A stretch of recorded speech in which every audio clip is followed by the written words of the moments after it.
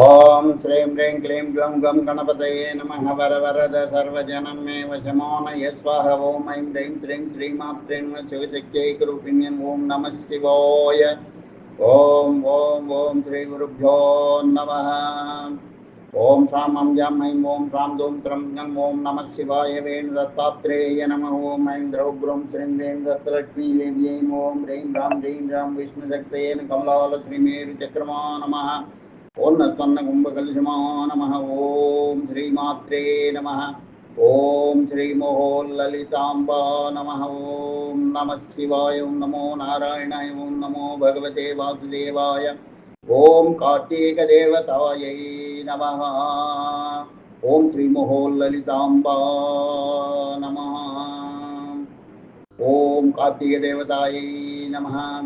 కార్తీక పురాణం 11వ అధ్యాయం. కార్తీక మాసంలో 11వ రోజు చేయవలసిన విధులు.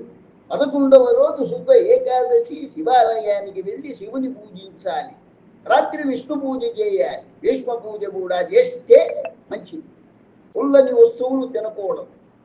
శివునికి ఇష్టమైన విభూతి పండు దక్షిణలు దానం ఇవ్వాలి. ఈ విధంగా చేసినతో ఉన్నత పదవులు ధనప్రాప్తి లభిస్తుంది.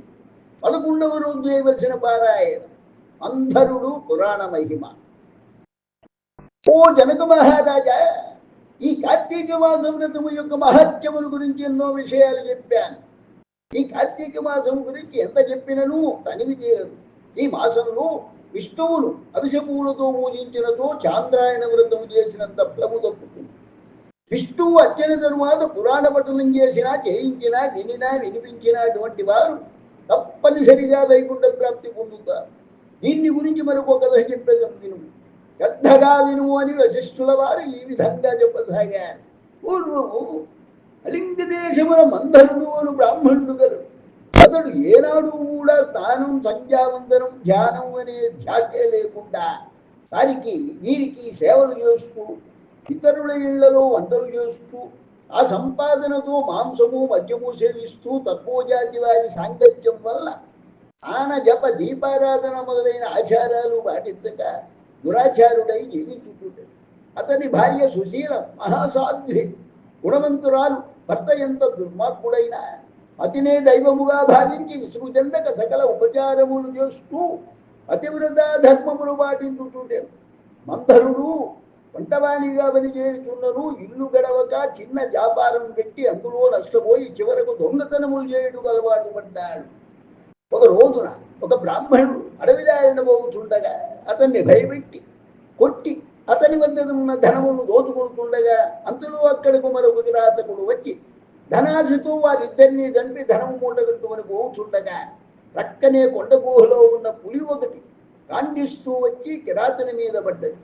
కిరాతకుడు దానిని కత్తితో పడిచి కింద పడిపోయాడు. ఆ పులి కూడా తన పంజాతో కిరాతును కొట్టినందువల్ల ఆ దెబ్బకు కిరాతకుడు కూడా చనిపోయాడు. ఈ విధంగా ఒకే సమయమున నలుగురు 4 విధాలా చనిపోయి యమలోకానికి వెళ్ళారు. యమభటులు వారిని సలసలగా అవుతున్న నూనెలో పడవేశారు. తరువాత రక్తం మలమూత్రాలు నిండి ఉన్న బావిలో పడవేశారు.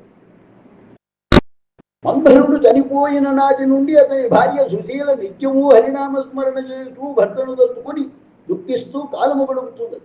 కొన్నాళ్ళగా ఆమె ఇంటికి ఒక ఋషిపుంగవుడు రాగా ఆ వచ్చిన ఋషిపుని ఇంటిలోకి ఆహ్వానించి అర్ఘ్యవాద్యాదులచే పూజించి, స్వామి, నేను దీనురాలు, నాకు భర్త గాని సంతతి గాని లేదు. నేను హరినామస్మరణ చేస్తూ జీవితం గడుపుతున్నాను. కావున నాకు మోక్ష మార్గము ప్రాప్తించే మార్గం చెప్పుమని అతనిని వేడుకున్నది. ఆమె వినయ విధేయతలకు ఆ ఋషి సంతోషించి, అమ్మా, ఈ రోజు కార్తీక పౌర్ణమి చాలా పవిత్రమైన రోజు. ఈ రోజును వృధా చేయవద్దు. ఈ రాత్రి దేవాలయంలో పురాణం చదువుతుంది. నేను నేయి తీసుకొని వస్తాను. నీవు ప్రమిదను వత్తిని తీసుకొని దేవాలయానికి రమ్ము అని చెప్పగా వెంటనే ఆమె సందర్శించి దేవాలయమునకు వెళ్ళి ఆ ప్రదేశము శుభ్రము చేసి ఆవుపేడతో అలికి ముగ్గులు పెట్టి తానే స్వయంగా వత్తి చేసి ప్రమిదలు 2 ఒత్తులు వేసి రుచి తెచ్చిన నేయితో దీపారాధన చేసినది. తరువాత ఇంటింటికి వెళ్ళి ఆ రోజు రాత్రి దేవాలయంలో జరుగు పురాణ కాలక్షేపమునకు అందరినీ రమ్మని చెప్పినది. అది కూడా రాత్రంతయు పురాణమును విన్నది. ఆనాటి నుండి సుశీల విష్ణు చింతనతోనే కాలము గడుపుతూ కొంతకాలమునకు మరణించినది.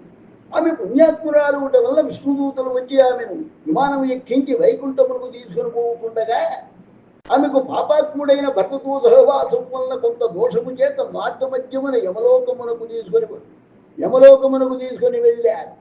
అతడు నరకమును బాధపడుతున్న తన భర్తను మరి ముగ్గురిని చూచి, ఓ విష్ణుదూతలారా, నా భర్త ఈ నరకమునకు బాధపడుతున్నారు, నా యందు దయవుంచి వారిని కాపాడండి అని ప్రాధేయపడింది. అంత విష్ణుదూతలు, అమ్మ, నీ భర్త బ్రాహ్మణుడై ఉండి ఇతరుల ధనం అపహరించి కులాచారం విడిచి క్రూర కృత్యాలు చేసి స్నాన సంధ్యాదులు మాని పాపాత్ముడైనాడు. ఆ రెండవ వాడు కూడా ధనాశక్తి ప్రాణమిత్రుని చంపి ఆ ధనము అపహరించి గురిచేత తెచ్చిన క్రూరు. మూడవ వాడు వ్యాఘ్రము.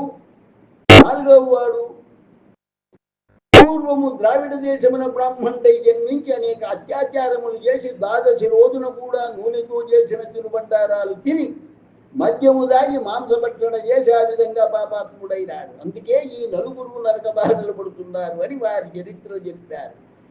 ఈ నలుగురు నరకయాతన నుండి ముక్తి పొందాలంటే, అమ్మా, కార్తీక మాసంలో నీవు సంపాదించిన పుణ్యం వారికి దారపోయాలి, ఆ విధంగా వారు ముక్తి పొందుతారని చెప్పగా ఆమె కార్తీక పురాణం విన్నందువల్ల వచ్చిన పుణ్యం, భర్తకు శుచికోరిన విధంగా భక్తులను చేసిన పుణ్యం, వ్యాఘ్రమునకు ప్రమిద చేసిన బలం కిరాతకునకు, పురాణం వినడానికి ఇరుగు పొరుగు వారిని పిలవడం వల్ల వచ్చిన పుణ్యం ఆ విప్రునికి ధారపోచినతో వారికి మోక్షము కలుగుని చెప్పగాందుకు ఆమె అట్లే అని తనకు లభించిన పుణ్యాన్ని ధారపోచింది.